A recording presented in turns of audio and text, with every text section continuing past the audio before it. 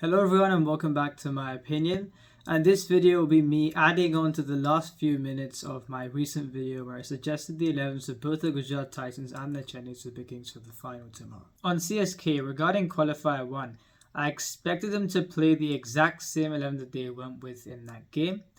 According to me, like I suggested in my preview video for that game, I would have gone with Rahane and Gaikwad to open the batting, leaving Devon Conway out and playing Mitchell Santner as an extra bowling option to bat at number 8.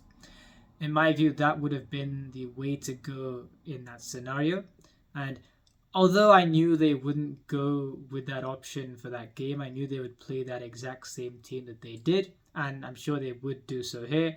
I would be tempted to play the 11 that I suggested in this case as well. Now, I'm going to suggest something that I know CSK won't do, but they could look to play a different 11 depending on whether they bowl first or bat first. Now, the reason why I'm saying this is because Devon Conway playing on the slower tracks tends to get bogged down. We've seen that over the course of this season. And despite the fact that the Gujarat Titans scored 233 in their first innings, this is by no means a batting wicket, and I feel 185 would be a very difficult chase for the team batting second. If CSK are put into bowl first and Devon Conway has to walk out to bat while chasing 185, will he get bogged down in that situation playing on a slower surface? He may do, and that will cause problems, which is why I'm saying in the case that the Gujarat Titans win the toss and choose to bat first, which I think is the way to go on this surface like we have seen, then CSK could play the extra bowler or the bowling all-rounder in place of Devon Conway. They could play Mitchell Santner. And the last time these two sides played at this venue, the first game of this season, both Jadeja and Santner bowled 8 overs between them and went for 1 for 60, defending 178, which is a great return. If you've got someone like a Mahesh Theekshana who didn't play that first game, Moeen Ali who didn't bowl in that game, nor did he bowl in the recent qualifier game, you've got 4 quality spin options there.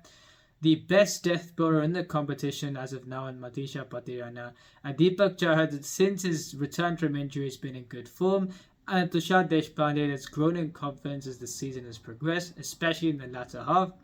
Then it's a very good attack there. You've got the resources to contain the runs in the first innings. And I think in the case of CSK batting first, if they win the toss and choose to bat, is playing the top 3 of Ruturaj Gaikwad, Devon Conway and Ajinkya Rahane consistent with the fact that it's important that at this venue you reduce the number of power play wickets lost, setting up a foundation for the rest of the players to come. And you saw the Gujarat Titans in the previous game, 50 without loss after 6 overs, 91 for 1 after 10, and then hitting 140 odd runs in their last 10. Now CSK don't have to get anywhere near the kind of score the Gujarat Titans got, but I feel especially for Devon Conway, he'd much rather bat first in tomorrow's game than have to chase 180 odd score in the second innings and get bogged down. So I feel playing the top 3 that they would probably go with, if they're batting first especially, you'd think that that's consistent with the fact that they'll certainly be able to get through those 6 overs and provide a platform. But I feel that would work better with that particular top 3 if they do bat first.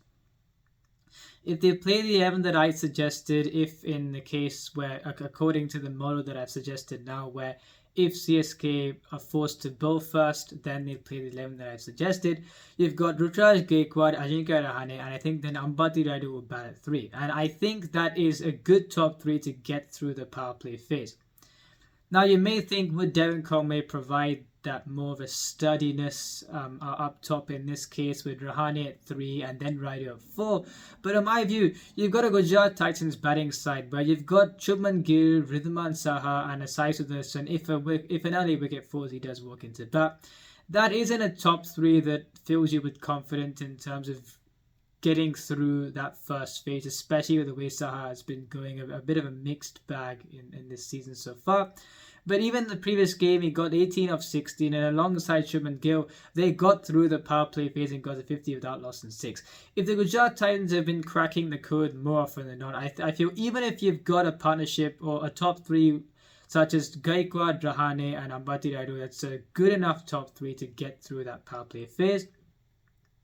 I think in that case, the key for the Gujarat Titans, they may be thinking in terms of the sturdiness argument, if you get a wicket there and then you maybe get Shivam Dubey in early, well, that depends. But I feel even then, I think you wouldn't really mind playing this kind of a top three in tomorrow's game, especially in a chase where you'd have more confidence in them not to get bogged down, and you may not be chasing as much if you play the extra bowler in the first innings. So that is the two ways that I think CSK could go in terms of structuring their team. I think they'll probably go in the way that they've always gone thus far, playing Devon Conway up top. But in that case, I hope they do win the toss tomorrow and choose to bat first, because if they do, it will allow Devon Conway and the other two to provide a foundation for their side. And you saw the innings Gaikwad played against GT in the first game of this season. If he plays that kind of an innings, if the other one of the two go on a roll as well, then CSK can get to that 180-odd score.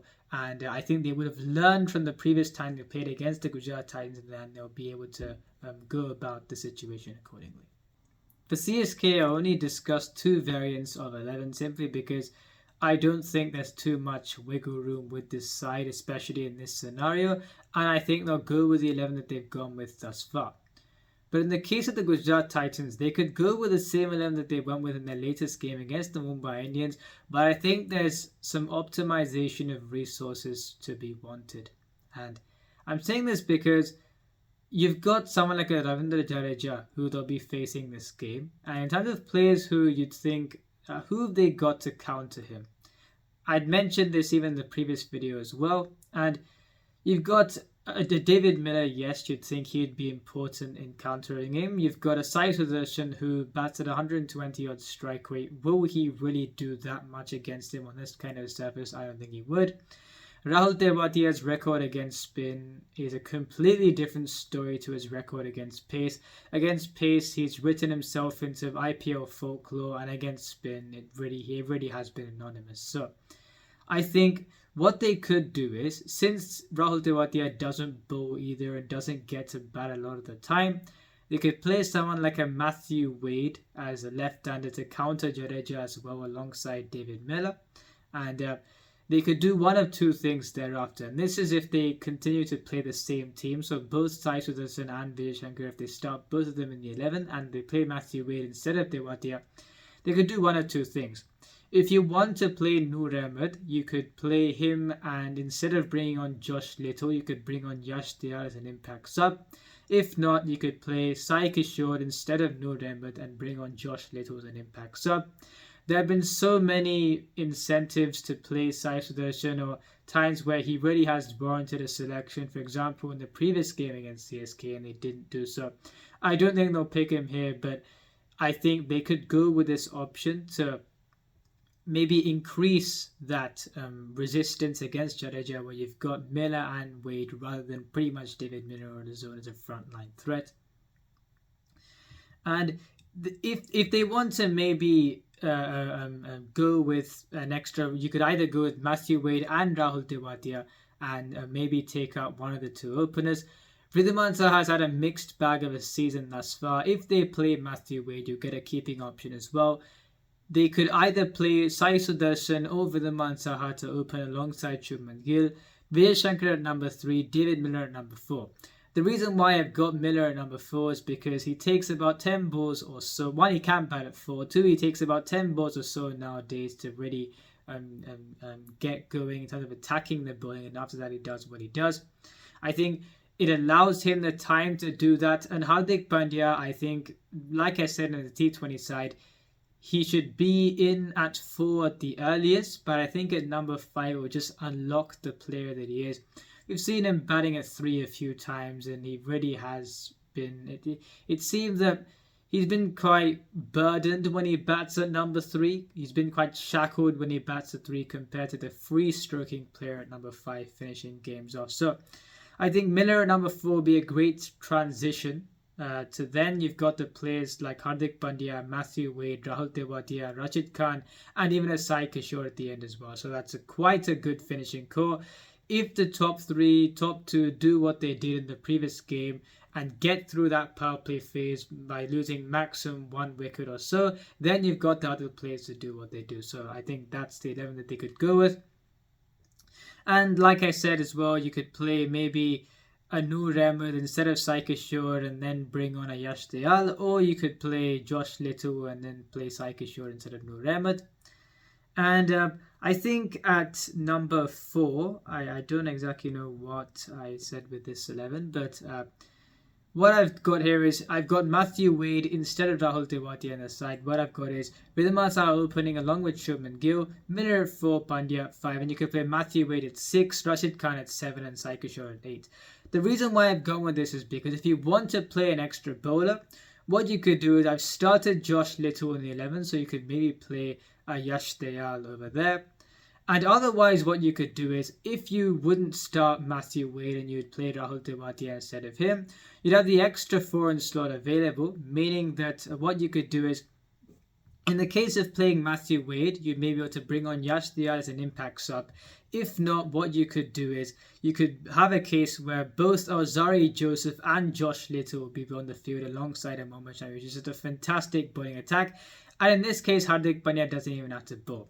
And speaking on that, I've spoken about the second over reprieve so many times. Either Josh Little or Ozari Joseph bowling the second over of the innings would be beneficial to the Gujarat Titans.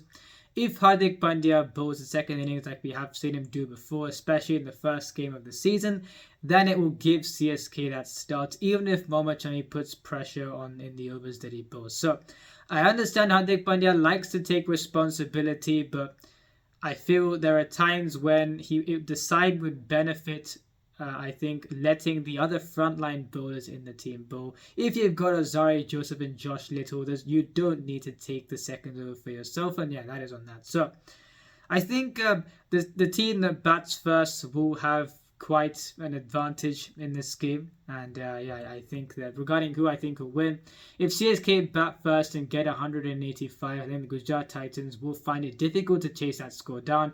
You saw 179 being chased down the previous time around, but I thought CSK didn't get things right in that game.